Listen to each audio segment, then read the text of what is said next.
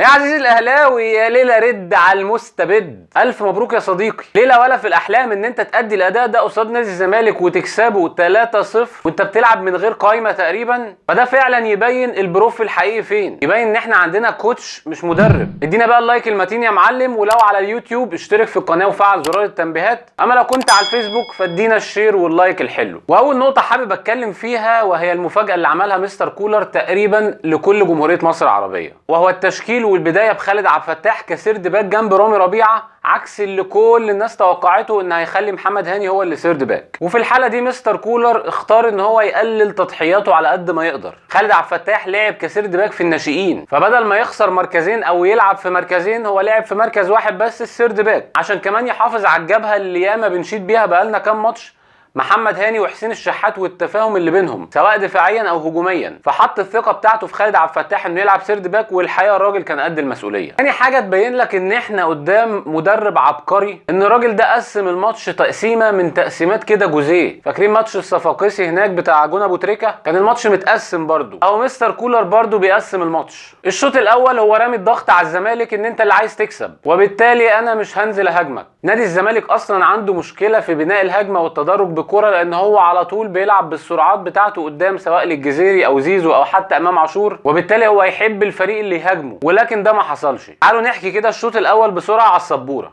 مستر كولر النهارده لعب بطريقه 4-3-3، مع الاختلاف انه لعب الثالث اللي في نص الملعب النهارده مش محمد فخري ولكن محمد مجدي قفشه، لاسباب كتير اعتقد اهمها طبعا الخبره، وان ده ماتش تقيل نفسيا. نادي الزمالك لعب بطريقه 4-1-2-3. دونجا هنا هو اللي كان مسؤول ان هو ياخد الكره يستلمها من الدفاع عشان يبني الهجمه، وبالتالي كان بيلاقي شويه رخامات من كهربا ولكن كان بيقدر يطلع منه. المفروض ان كان المسؤول عن القصه دي هو محمد مجدي قفشه. الناحيه الثانيه عشان يقفل اهم خطوره لنادي الزمالك اللي كان حاول يعمل جبهات عن طريق امام عاشور مع مصطفى شلبي في الناحيه الشمال، او عمرو السيسي مع احمد سيد زيزو ناحيه اليمين، فببساطة شديدة هو سلم مان تو مان بين ديانج وامام عاشور هنا، والناحية التانية حمدي فتحي مع عمرو السيسي هنا.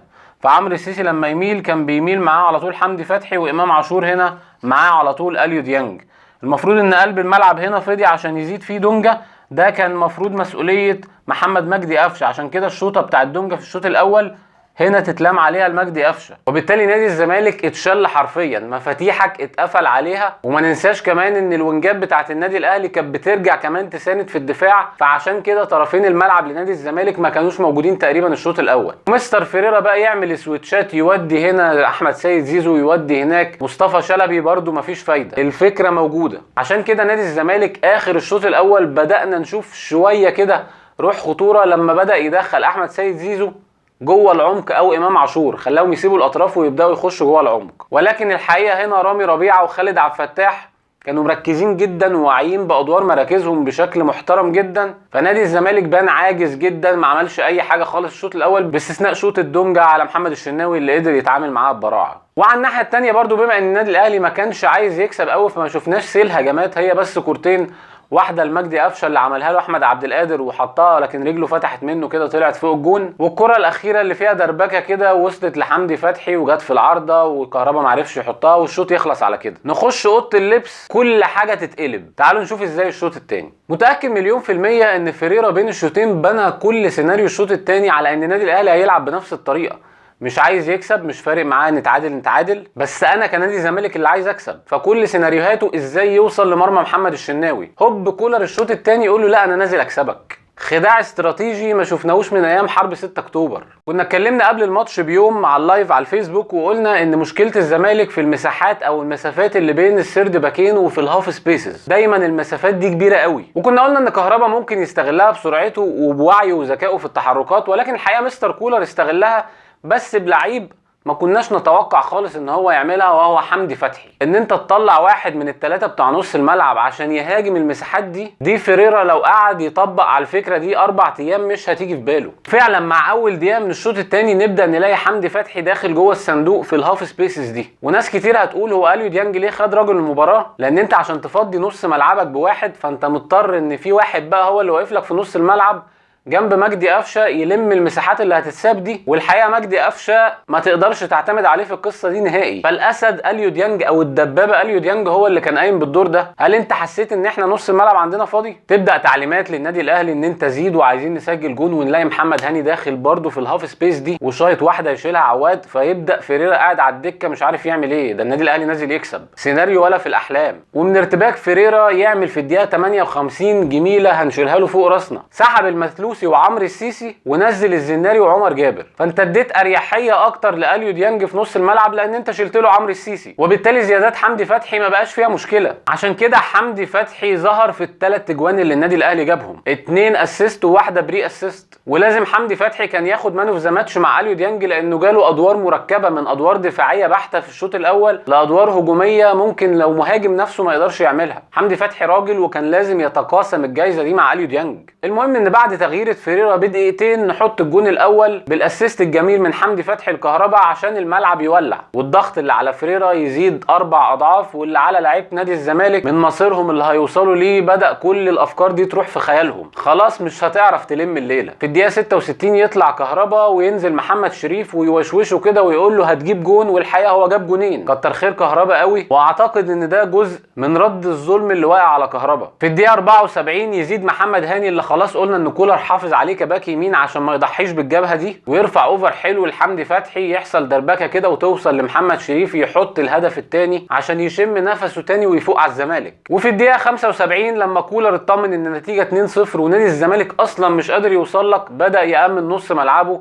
فسحب مجدي قفشه وحسين الشحات ونزل مروان عطيه ونزل طاهر محمد طاهر اللي راجع بعد اصابه تقريبا قعدت اكتر من شهرين. بنجهز لعيبه لسه راجعه من اصابه على حساب الزمالك. وكمان يطلع عبد القادر وينزل كوكا عشان يقفل خلاص متاريس نص الملعب، ويأكد ان هو البروف الحقيقي، كوتش قاعد عندنا. الزمالك يعني مش عارف يعمل اي حاجه، ونزل شيكابالا في محاوله يائسه ان انت تعتمد على المهارات الفرديه وما تلاقيش حاجه بقى، شوطات من بعيد مش قادرين يوصلوا لمرمى الشناوي اصلا. وقبل ما الماتش يختم نمسي بالجون الثالث بعد تمريره طوليه من ديانج برده في المساحات اللي بيتحرك فيها حمدي فتحي، يلبس عبد الغني كوبري جميل اللي بالمناسبه بعد تغيير فيريرا لعبه باك يمين. يعني هو طلع المسلوسي ونزل الزناري عشان يلعب سيرد باك، وودع عبد الغني باك يمين. انا مش فاهم العك ده ايه، على اساس ان عمر جابر لما يلعب قدام هيعمل صداع في راس معلول فيخليه ما يزيدش. فكره عقيم جدا من مدرب كتر خيره. المهم ان معلول يعمل عرضيه ارضيه لمحمد شريف اللي سحب نفسه ورا ويحط بشماله في سقف الجون الثالث، واحده باليمين واحده بالشمال عشان يخلص الماتش المهم ده 3-0. ويلا بينا نروح على الملاحظات.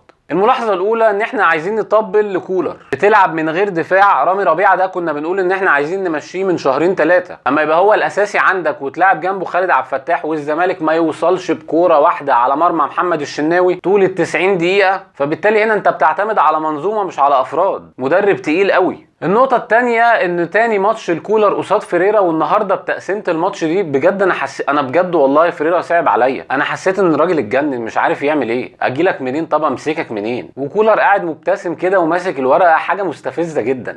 افتكرت والله تصريح مورينيو لما كانوا بيسالوه على فريرا قال لهم ده مدرب حمار. ده بجد والله حصل. احنا بس اللي بنحب نمجد والبروف والضغوف والجو ده. النقطه الثانيه تغيير الاستراتيجيه من الشوط الاول بادوار حمدي فتحي وديانج الدفاعيه صرف، وان انت تقلب الايه دي الشوط الثاني بادوار هجوميه لحمدي فتحي فيشارك في 3 اهداف. الفكر ده انا ما شفتوش من زمان، ما شفتوش بجد من زمان في الكره المصريه اصلا، وده راجل قاعد معانا بقاله 4 شهور بس، والنبي عايزين نحافظ عليه. النقطه الرابعه وهي في اول الحلقه قلنا ان الراجل حب يحافظ على الجبهه اليمين اللي فيها حسين الشحات ومحمد هاني اللي بينهم انسجام بقالهم فتره، ويضحي بمركز واحد بدل ما يضحي بمركزين. وفعلا الجبهه دي هي اللي ساهمت في هدفين من ال3. الهدف الاول حسين الشحات هو اللي لعبها لحمدي فتحي، والهدف الثاني محمد هاني هو اللي رفعها لحمدي فتحي وبعدين راحت لشريف. وبالتالي الفكره اللي حافظت عليها وطبقتها جابت نتيجه. النقطه الخامسه وهو اثر الماتش ده في الفتره الجايه. الماتش ده اهميته زي ماتش القضيه بتاع مجدي قفشه، توابعه هتفضل كتير. النقطه السادسه وهو ان مدرب يرجع لعيبه تقريبا كان عليها التراب. محمد هاني كان بياخد نقد قد ايه؟ محمد هاني كنا بنقول ان هو لازم ما يبقاش في السكور شيت اصلا او في السكواد بتاعنا السنه دي. محمود متولي كنا بندور له على صرفه. الشحات لاخر لحظه ما كناش عايزين نجدد له، وكهربا نفس الكلام.